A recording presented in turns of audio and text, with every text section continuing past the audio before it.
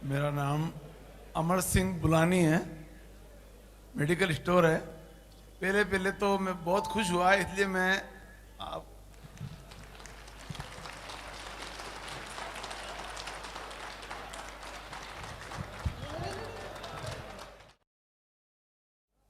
ये एक ही पूछ सकता हूँ या और भी पूछ सकता हूँ? इंशाल्लाह अगर आप पहला एक करें फिर कोई और एक, फिर इंशाल्लाह आपकी बारी इंशाल्लाह है। क्या खुदा को देखा जा सकता है? आपने बहुत अच्छा सवाल किया। क्या पैदा करने वाले को देखा जा सकता है? अगर आपने श्वेता श्वेतारा उपनिषद पढ़ा तो श्वेता श्वेतारा उपनिषद आप जानते ही हैं, माशाल्लाह आप एजुकेटेड हैं। उपनिषद जो है वेद शास्त्र की इंटरप्रिटेशन है।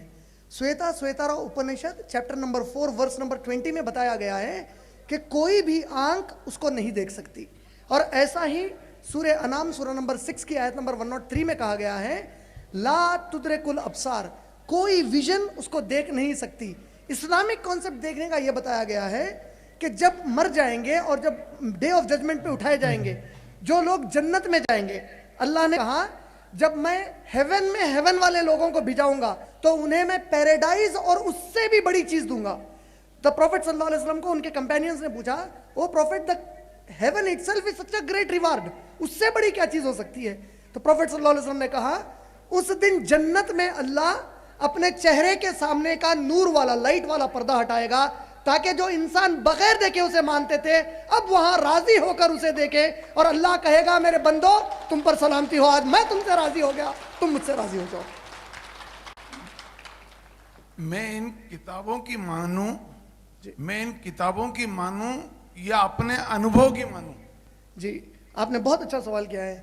क्या मैं किताबों की मानूं या अनुभव की? आप देखिए, आप खुद मेडिकल फील्ड में हैं। अच्छे से अच्छा डॉक्टर अपने अनुभव से दवा देने जाएगा तो पेशेंट मर भी सकता है, लेकिन जो किताब से शिक्षा मिली उस पर देगा तो जान बचाएगा।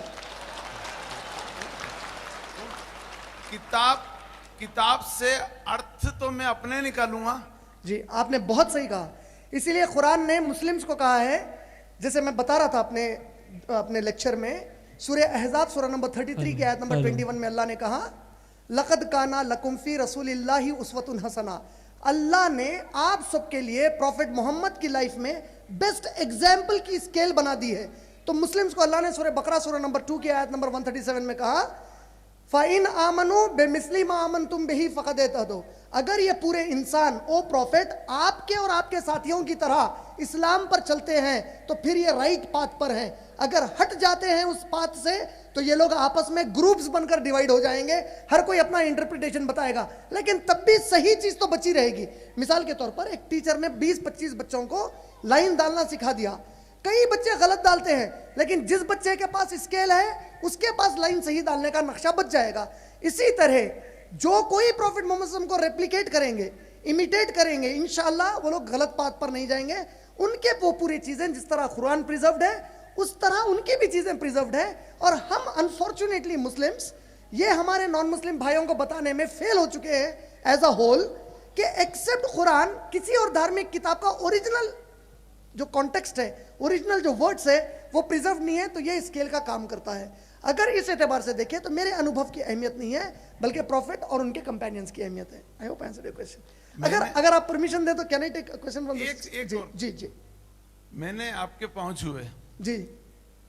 मैंने एक शेर सुना था, आदम को खुदा मत कहे, आदम खुदा नहीं जी, लेकिन खुदा के नूर से आदम जुदा नहीं जी। मैंने पाँव तो नूर के छुए थे। जी, जी, जी। आपने ये सोचा मैंने आपके छुए?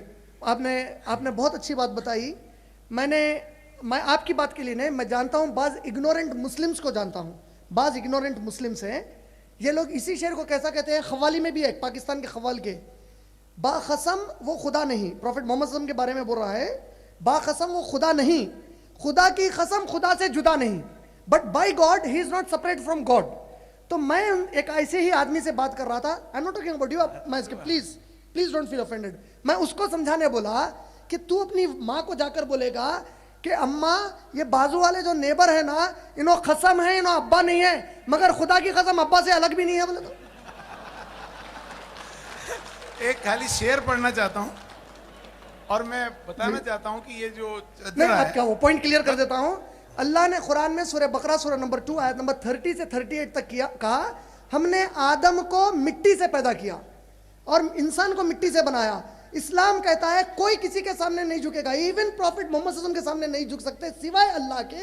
रीजन, अल्लाह कहते हैं दुनिया में कौन क्या है सिवाय मेरे नहीं जानता, किसके दिल में क्या है किसी को नहीं मालूम। हो सकता है एक आदमी अपने आप को बहुत अच्छा प्रेजेंट कर रहा हो लेकिन हो बदमाश। जैसे इस मुल्क में बाज लोग अपने आप को इंडिया की आर्मी में ज्वाइन करके इस देश से गद्दारी करते हैं, तो इसी तरह कोई इस्लाम का लिबास पहनकर इस्लाम का दुश्मन हो सकता है। तो अल्लाह ने कहा मेरी नजर में सब बराबर है। इसीलिए देखिए आप 5 टाइम्स जब हम नमाज पढ़ते हैं सबको कहा गया शोल्डर टू शोल्डर ठहर जाओ। अगर मान लीजिए राजस्थान से एक रिक्शा खींचने वाला, बैल चलाने वाला, ये मक्के को गया और उसको नमाज में किंग अब्दुल्ला बाजू मिल गए, सऊदी के किंग अब्दुल्ला और उनकी पूरी आर्मी उस रिक्शे वाले को ऐसा, पीछे तो दूर की बात है 1 इंच हटाकर ये नहीं कह सकते ये किंग अब्दुल्ला है बाजू है, क्योंकि किंग ऑफ द किंग्स कहता है सब बराबर है, उस दिन का फैसला अलग है। तो हम सब बराबर हैं, इसलिए मेरे सामने किसी के सामने नहीं, सिर्फ अल्लाह के सामने झुकना है एक इंशाअल्लाह। चीज मैं सबसे कहना चाहता हूं, जी जितने लोग, जितने मेरे भाई बहन बैठे हैं यहाँ पे, इस महात्मा के पीछे चलने की जरूरत है, इस महात्मा के पीछे जान लुटाने की जरूरत है, इस महात्मा के पीछे अपने तन मन धन की ताकत न्यौछावर करने की जरूरत है। अरे हम नेताओं के पीछे चलते हैं।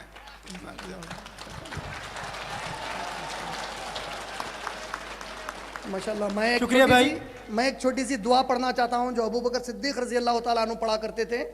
जब कोई तारीफ करते तो अबू बकर सिद्दीक दुआ करते, अल्लाहुम्मा ला तुआखिज़ना बिमा यक़ूलूना वग़फ़िर ली मा ला यअलमून वजअलनी मिम्मा यज़ुन्नून। ओ अल्लाह सुब्हानहू व तआला, do not hold me accountable on day of judgement for the praise he has praised me. If I do not befit his praises, raise me to the level of his praises, and if I befit his praises, increase me more so that I become more praiseworthy। ऐ अल्लाह सुब्हानहू व तआला, अगर मैं उनकी तारीफ के लिए जो उन्होंने जुमले कहे हैं उसके लिए मुझे क़यामत में हिसाब मत लीजिए। मेरे जो गैब में मैं गुनाह करता हूं उसके बारे में वो नहीं जानते। He doesn't know the since I commit, सिवाय आपके कोई नहीं जानते, मुझे उसके लिए माफ कर दीजिए।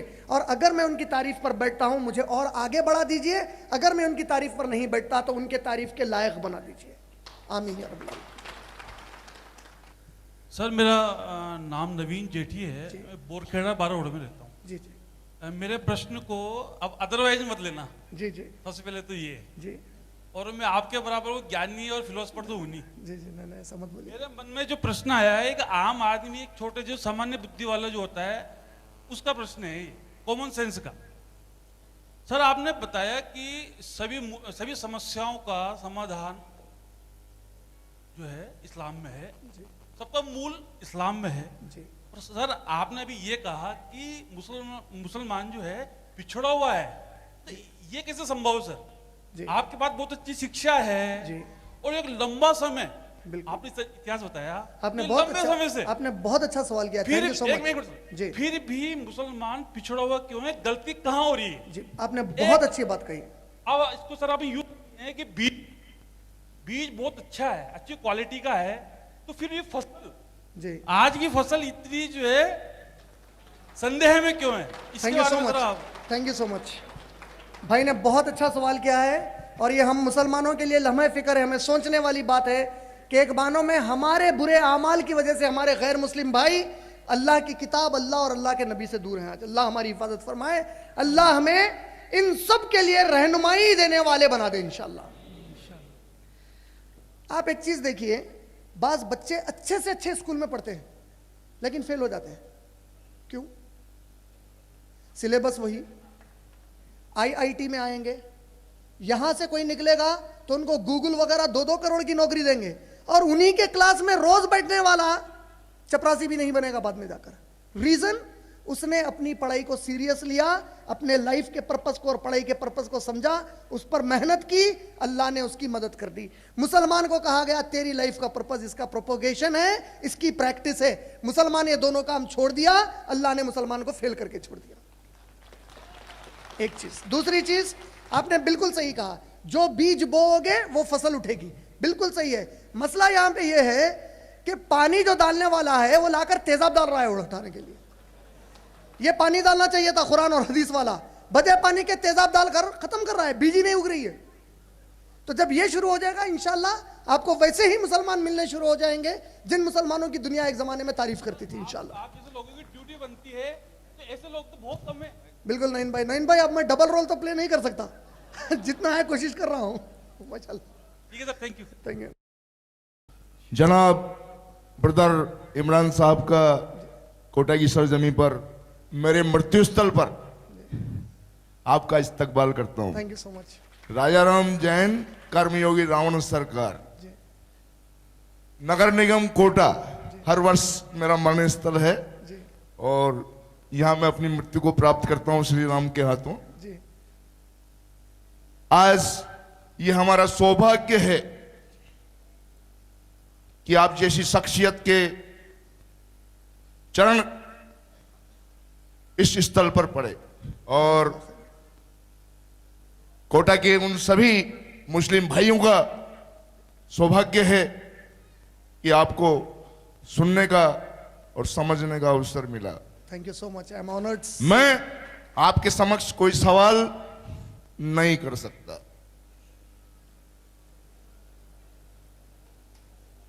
मैं आपके समक्ष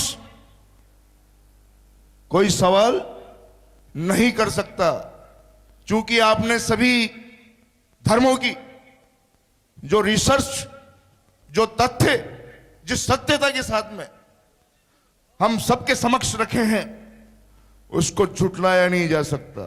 थैंक यू सो मच, जज़ाकल्लाह खैर, याहदीकुमुल्लाह। आपने आज इस मंच के माध्यम से समस्त दुनिया को, शहरवासियों को जो संदेश दिया है, जो मैंने समझा है कि छोड़ दे सब कट्टरता और भारतीय बन जाएं, मानवता के हित में गंगा प्रेम की बहाएं, तभी ये वतन, ये चमन हमारा हरा भरा होगा। बिल्कुल सही है। सुख की ईद, दिवाली और दशहरा होगा। दूर हो जाएंगे रंजो गम के अंधेरे सारे, हर हाल में रोशन नया सवेरा होगा। माशाल्लाह। मानव धर्म, मानवता, करें मानवता की पूजा। मानवता से बढ़कर दुनिया में धर्म नहीं कोई दूजा। आपके द्वारा दिए गए संदेश को हमने सुना, समझा और अंतर मन से मैं आपका स्वागत करता हूं। आपको बहुत बहुत धन्यवाद। मैं आपको एक छोटा सा गिफ्ट देना चाहता हूं।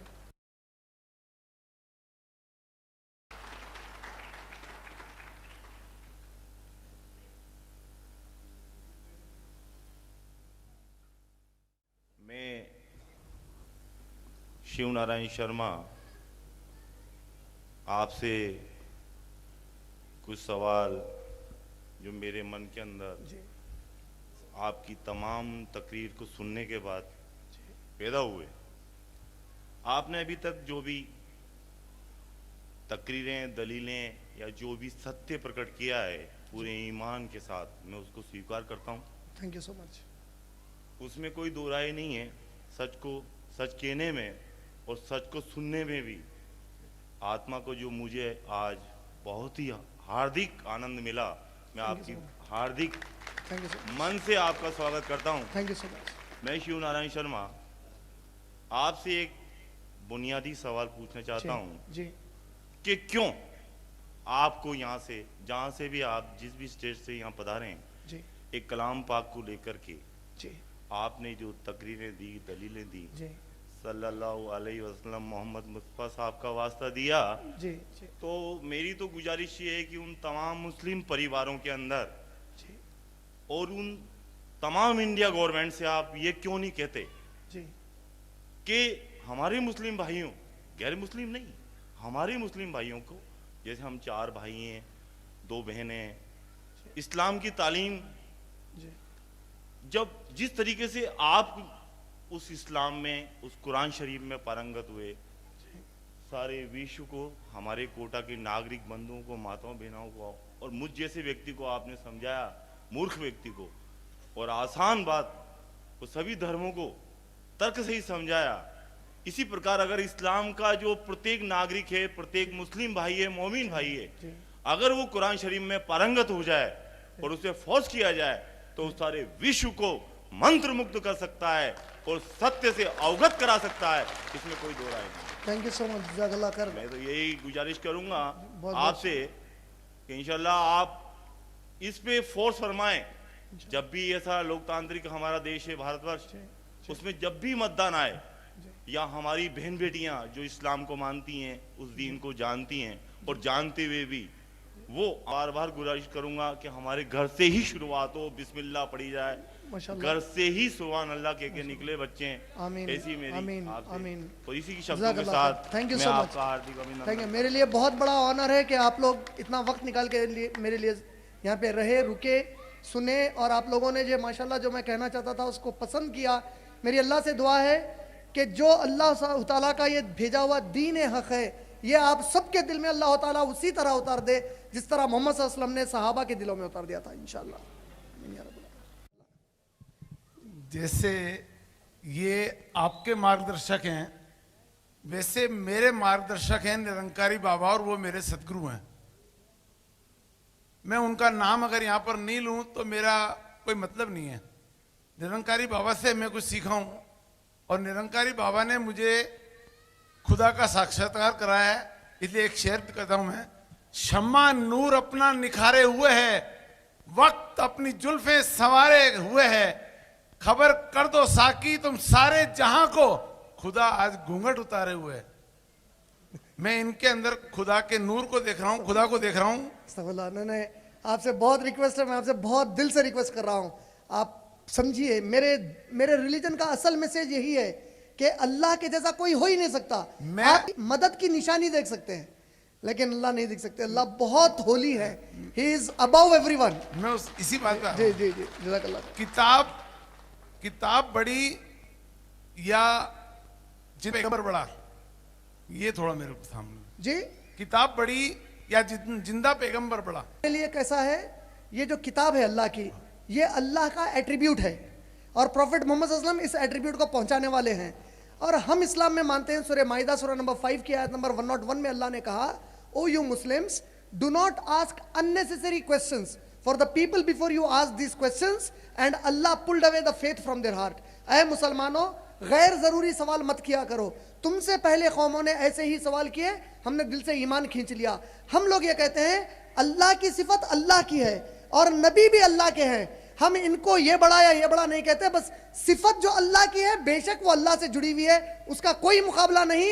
अल्लाह के नबी अल्लाह की ज़ात और तमाम सिफात के साथ अल्लाह के ग़ुलाम हैं, और हम सब अल्लाह के ग़ुलाम हैं। हम हमारे नबी मोहम्मद सल्लल्लाहु अलैहि वसल्लम के उम्मती, एक मामूली मैं गुनहगार उम्मती हूँ जिसे अल्लाह ने अपनी मदद से मेरे प्यारे नबी मोहम्मद सल्लल्लाहु अलैहि वसल्लम की बातें पहुँचाने का मौका दिया। एक चीज और पूछूंगा मैं आपसे।